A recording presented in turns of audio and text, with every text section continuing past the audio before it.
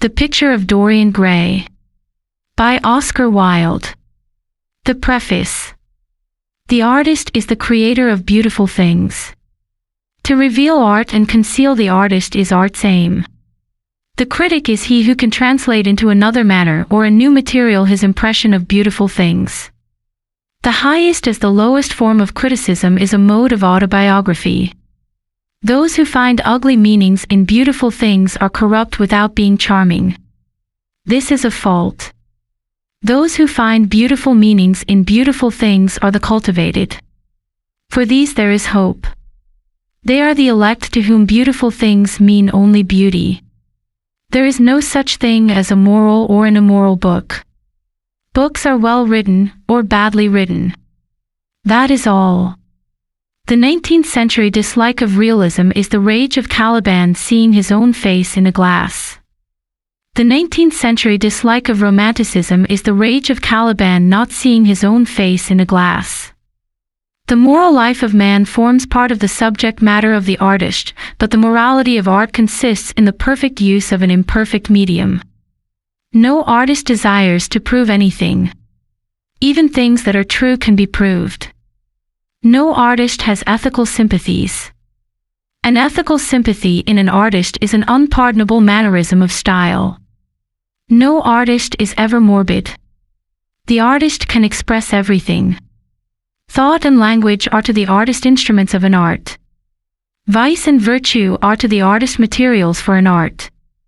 From the point of view of form, the type of all the arts is the art of the musician. From the point of view of feeling, the actor's craft is the type. All art is at once surface and symbol. Those who go beneath the surface do so at their peril. Those who read the symbol do so at their peril. It is the spectator, and not life, that art really mirrors. Diversity of opinion about a work of art shows that the work is new, complex, and vital.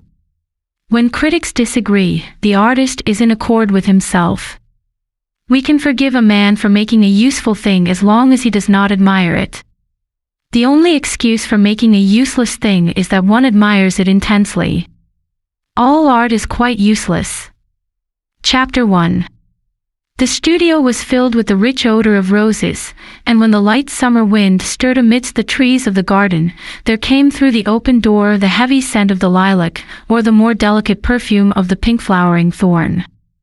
From the corner of the divan of Persian saddlebags on which he was lying, smoking, as was his custom, innumerable cigarettes, Lord Henry Wotton could just catch the gleam of the honey-sweet and honey-colored blossoms of a laburnum, whose tremulous branches seemed hardly able to bear the burden of a beauty so flame-like as theirs. And now and then the fantastic shadows of birds in flight flitted across the long tussore silk curtains that were stretched in front of the huge window, producing a kind of momentary Japanese effect, and making him think of those pallid, jade-faced painters of Tokyo who, through the medium of an art that is necessarily immobile, seek to convey the sense of swiftness and motion. The sullen murmur of the bees shouldering their way through the long unmown grass, or circling with monotonous insistence round the dusty gilt horns of the straggling woodbine, seemed to make the stillness more oppressive. The dim roar of London was like the bourdon note of a distant organ. In the center of the room, clamped to an upright easel, stood the full-length portrait of a young man of extraordinary personal beauty, and in front of it, some little distance away, was sitting the artist himself, Basil Hallward, whose sudden disappearance some years ago caused, at the time, such public excitement and gave rise to so many strange conjectures. As the painter looked at the gracious and comely form he had so skillfully mirrored in his art, a smile of pleasure passed across his face, and seemed about to linger there. But he suddenly started up, and closing his eyes, placed his fingers upon the lids, as though he sought to imprison within his brain some curious dream from which he feared he might awake. "It is your best work, Basil, the best thing you have ever done," said Lord Henry languidly. "You must certainly send it next year to the Grosvenor. The Academy is too large and too vulgar. Whenever I have gone there, there have been either so many people that I have not been able to see the pictures, which was dreadful, or so many pictures that I have not been able to see the people, which was worse. The Grosvenor is really the only place. I don't think I shall send it anywhere, he answered, tossing his head back in that odd way that used to make his friends laugh at him at Oxford. No, I won't send it anywhere. Lord Henry elevated his eyebrows and looked at him in amazement through the thin blue wreaths of smoke that curled up in such fanciful whirls from his heavy, opium-tainted cigarette. Not send it anywhere. My dear fellow, why? Have you any reason?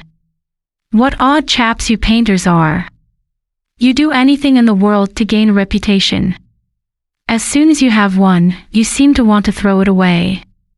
It is silly of you, for there is only one thing in the world worse than being talked about, and that is not being talked about.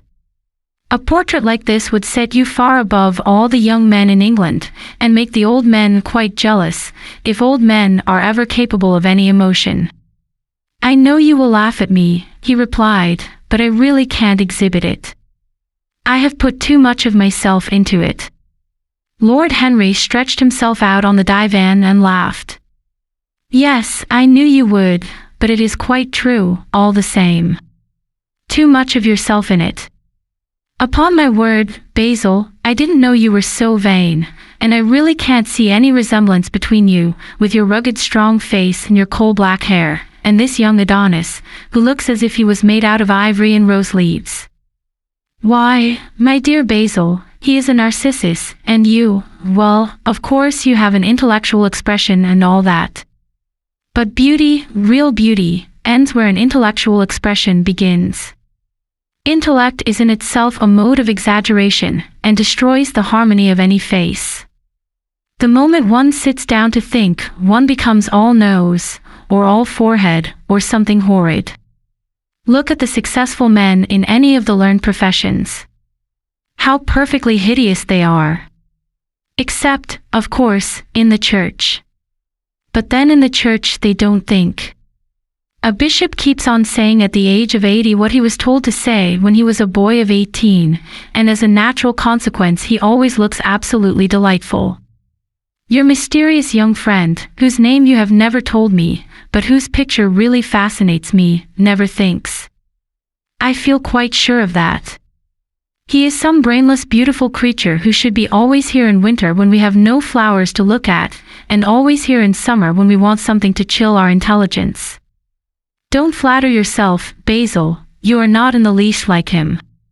You don't understand me, Harry, answered the artist. Of course I am not like him. I know that perfectly well. Indeed, I should be sorry to look like him. You shrug your shoulders. I am telling you the truth. There is a fatality about all physical and intellectual distinction, the sort of fatality that seems to dog through history the faltering steps of kings. It is better not to be different from one's fellows. The ugly and the stupid have the best of it in this world. They can sit at their ease and gape at the play. If they know nothing of victory, they are at least spared the knowledge of defeat. They live as we all should live, undisturbed, indifferent, and without disquiet. They neither bring ruin upon others, nor ever receive it from alien hands. Your rank and wealth, Harry, my brains, such as they are, my art, whatever it may be worth, Dorian Gray's good looks, we shall all suffer for what the gods have given us, suffer terribly. Dorian Gray. Is that his name? Asked Lord Henry, walking across the studio towards Basil Hallward. Yes, that is his name. I didn't intend to tell it to you. But why not? Oh, I can't explain. When I like people immensely, I never tell their names to anyone. It is like surrendering a part of them. I have grown to love secrecy. It seems to be the one thing that can make modern life mysterious or marvelous to us. The commonest thing is delightful if one only hides it. When I leave town now I never tell my people where I am going. If I did, I would lose all my pleasure. It is a silly habit, I dare say, but somehow it seems to bring a great deal of romance into one's life. I suppose you think me awfully foolish about it. Not at all, answered Lord Henry, not at all, my dear Basil. You seem to forget that I am married, and the one charm of marriage is that it makes a life of deception absolutely necessary for both parties.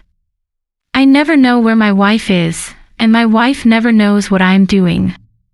When we do meet occasionally, when we dine out together, or go down to the Duke's, we tell each other the most absurd stories with the most serious faces. My wife is very good at it, much better, in fact, than I am. She never gets confused over her dates, and I always do. But when she does find me out, she makes no row at all. I sometimes wish she would, but she merely laughs at me. I hate the way you talk about your married life, Harry, said Basil Hallward, strolling towards the door that led into the garden. I believe that you are really a very good husband, but that you are thoroughly ashamed of your own virtues. You are an extraordinary fellow. You never say a moral thing, and you never do a wrong thing. Your cynicism is simply a pose. Being natural is simply a pose, and the most irritating pose I know, cried Lord Henry, laughing, and the two young men went out into the garden together and ensconced themselves on a long bamboo seat that stood in the shade of a tall laurel bush. The sunlight slipped over the polished leaves. In the grass, white daisies were tremulous. After a pause, Lord Henry pulled out his watch. I am afraid I must be going, Basil, he murmured, and before I go, I insist on your answering a question I put to you some time ago. What is that? Said the painter, keeping his eyes fixed on the ground. You know quite well. I do not, Harry. Well, I will tell you what it is. I want you to explain to me why you won't exhibit Dorian Gray's picture. I want the real reason. I told you the real reason. No, you did not. You said it was because there was too much of yourself in it. Now, that is childish. Harry, said Basil Hallward, looking him straight in the face, every portrait that is painted with feeling is a portrait of the artist, not of the sitter. The sitter is merely the accident, the occasion. It is not he who is revealed by the painter, it is rather the painter who, on the colored canvas, reveals himself. The reason I will not exhibit this picture is that I am afraid that I have shown in it the secret of my own soul. Lord Henry laughed. And what is that? He asked. I will tell you, said Hallward, but an expression of perplexity came over his face.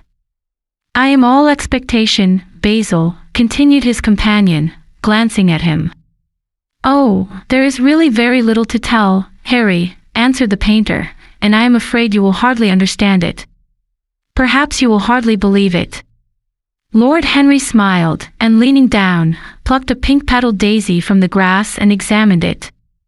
I am quite sure I shall understand it, he replied, gazing intently at the little golden, white-feathered disc, and as for believing things, I can believe anything, provided that it is quite incredible. The wind shook some blossoms from the trees, and the heavy lilac blooms, with their clustering stars, moved to and fro in the languid air. A grasshopper began to chirrup by the wall, and like a blue thread a long thin dragonfly floated past on its brown gauze wings. Lord Henry felt as if he could hear Basil Hallward's heart beating, and wondered what was coming. The story is simply this, said the painter after some time. 2 months ago I went to a crush at Lady Brandon's. You know we poor artists have to show ourselves in society from time to time, just to remind the public that we are not savages. With an evening coat and a white tie, as you told me once, anybody, even a stockbroker, can gain a reputation for being civilized. Well, after I had been in the room about 10 minutes, talking to huge overdressed dowagers and tedious academicians, I suddenly became conscious that someone was looking at me.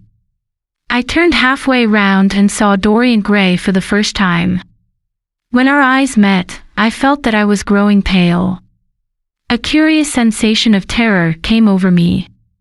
I knew that I had come face to face with someone whose mere personality was so fascinating that, if I allowed it to do so, it would absorb my whole nature, my whole soul, my very art itself. I did not want any external influence in my life. You know yourself, Harry, how independent I am by nature. I have always been my own master, had at least always been so, till I met Dorian Gray. Then, but I don't know how to explain it to you. Something seemed to tell me that I was on the verge of a terrible crisis in my life.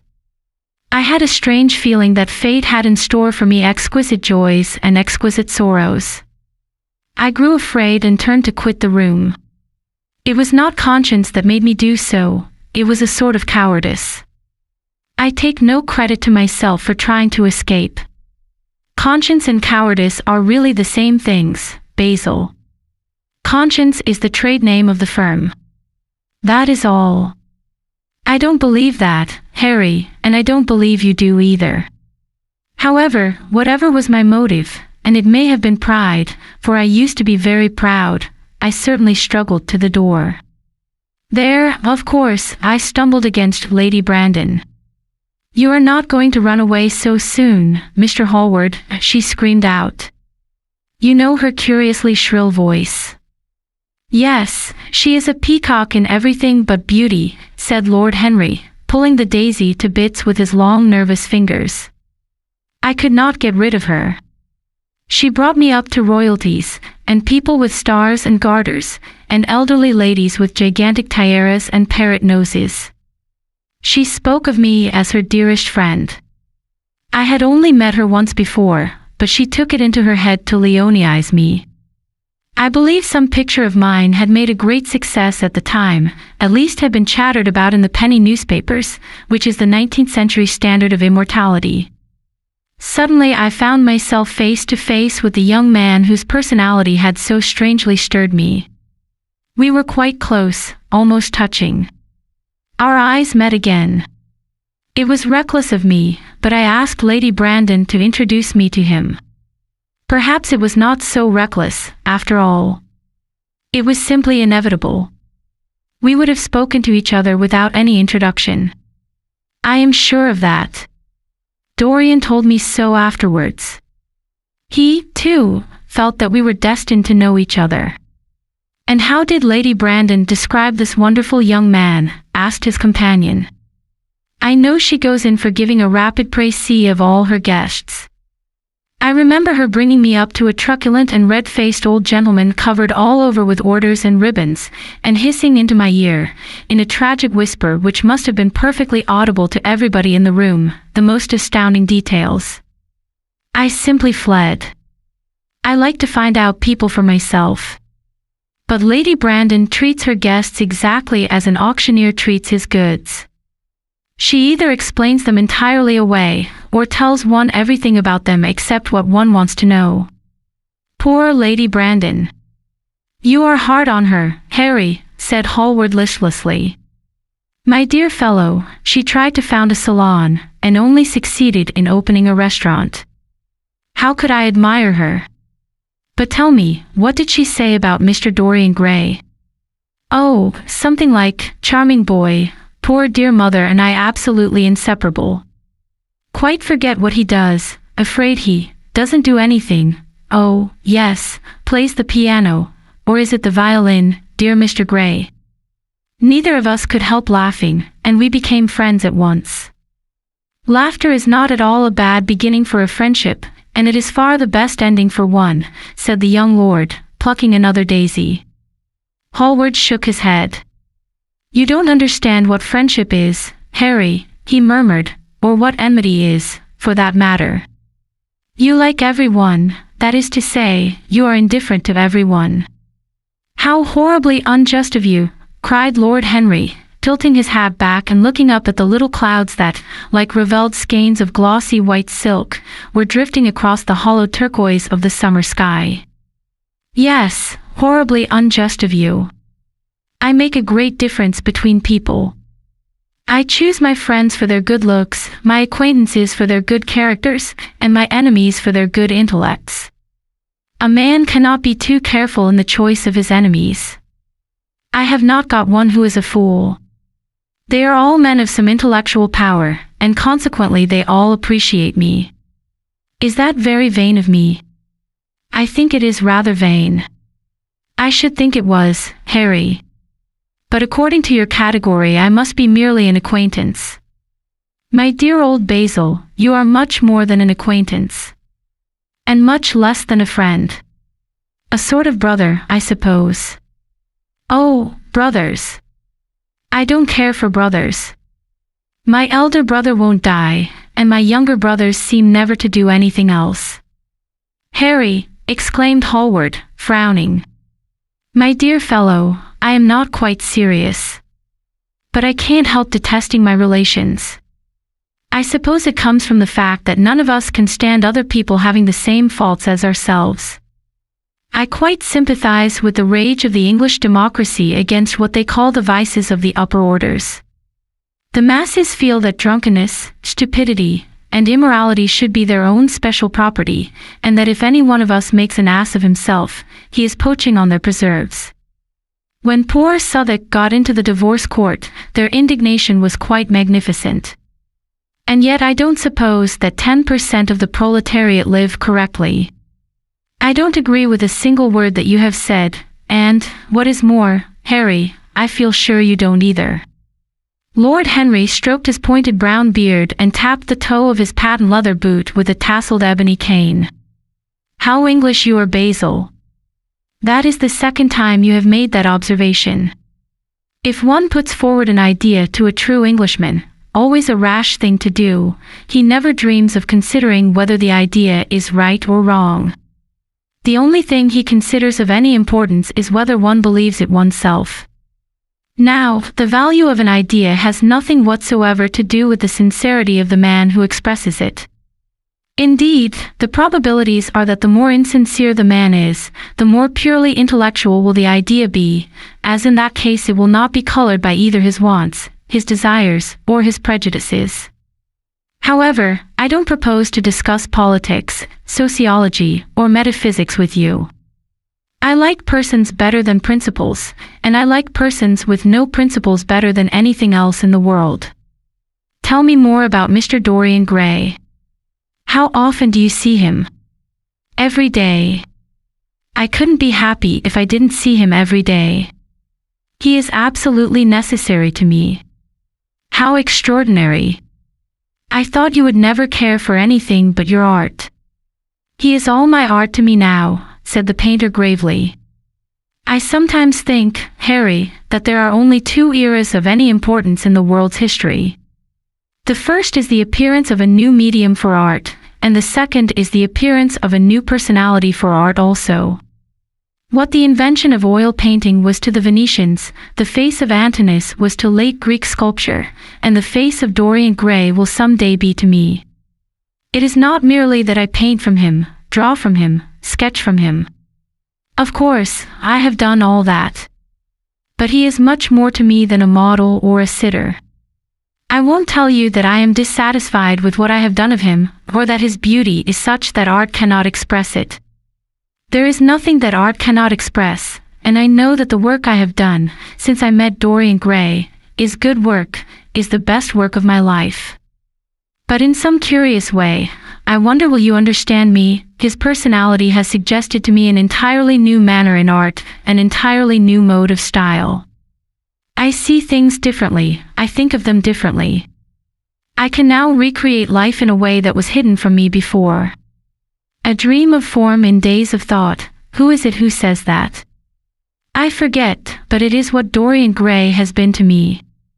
The merely visible presence of this lad, for he seems to me little more than a lad, though he is really over 20, his merely visible presence, ah.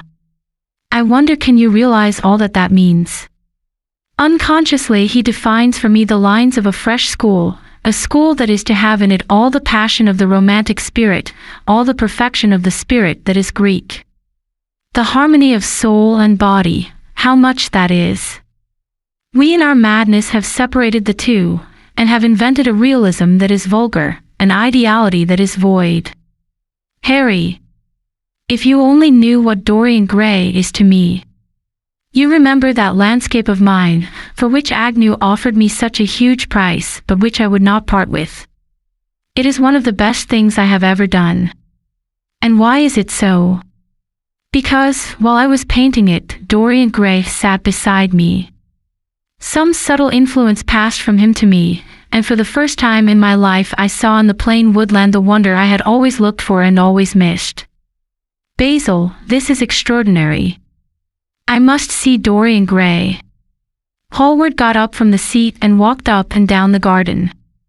After some time he came back. Harry, he said, Dorian Gray is to me simply a motive in art. You might see nothing in him. I see everything in him.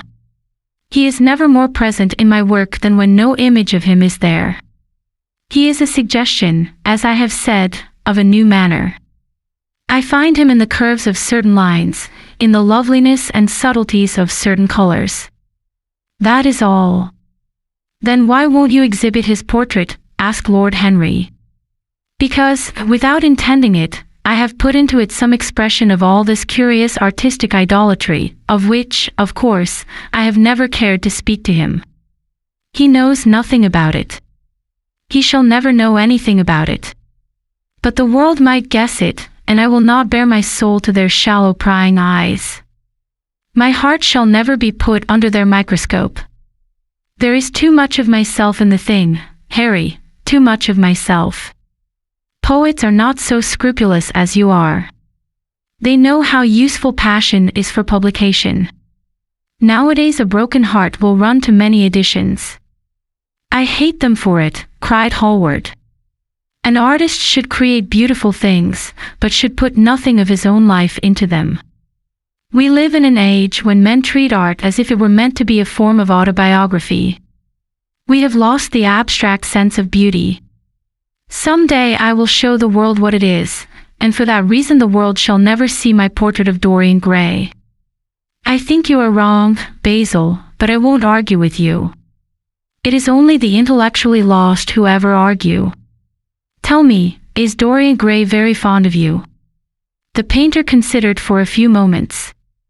He likes me, he answered after a pause. I know he likes me. Of course I flatter him dreadfully. I find a strange pleasure in saying things to him that I know I shall be sorry for having said. As a rule, he is charming to me, and we sit in the studio and talk of 1,000 things. Now and then, however, he is horribly thoughtless, and seems to take a real delight in giving me pain. Then I feel, Harry, that I have given away my whole soul to someone who treats it as if it were a flower to put in his coat, a bit of decoration to charm his vanity, an ornament for a summer's day. Days in summer, Basil, are apt to linger, murmured Lord Henry. Perhaps you will tire sooner than he will. It is a sad thing to think of, but there is no doubt that genius lasts longer than beauty. That accounts for the fact that we all take such pains to overeducate ourselves. In the wild struggle for existence, we want to have something that endures, and so we fill our minds with rubbish and facts, in the silly hope of keeping our place. The thoroughly well-informed man, that is the modern ideal. And the mind of the thoroughly well-informed man is a dreadful thing. It is like a bric-a-brac shop, all monsters and dust, with everything priced above its proper value. I think you will tire first, all the same. Some day you will look at your friend, and he will seem to you to be a little out of drawing, or you won't like his tone of color, or something. You will bitterly reproach him in your own heart, and seriously think that he has behaved very badly to you. The next time he calls, you will be perfectly cold and indifferent. It will be a great pity, for it will alter you. What you have told me is quite a romance of art one might call it, and the worst of having a romance of any kind is that it leaves one so unromantic. Harry, don't talk like that. As long as I live, the personality of Dorian Gray will dominate me. You can't feel what I feel. You change too often.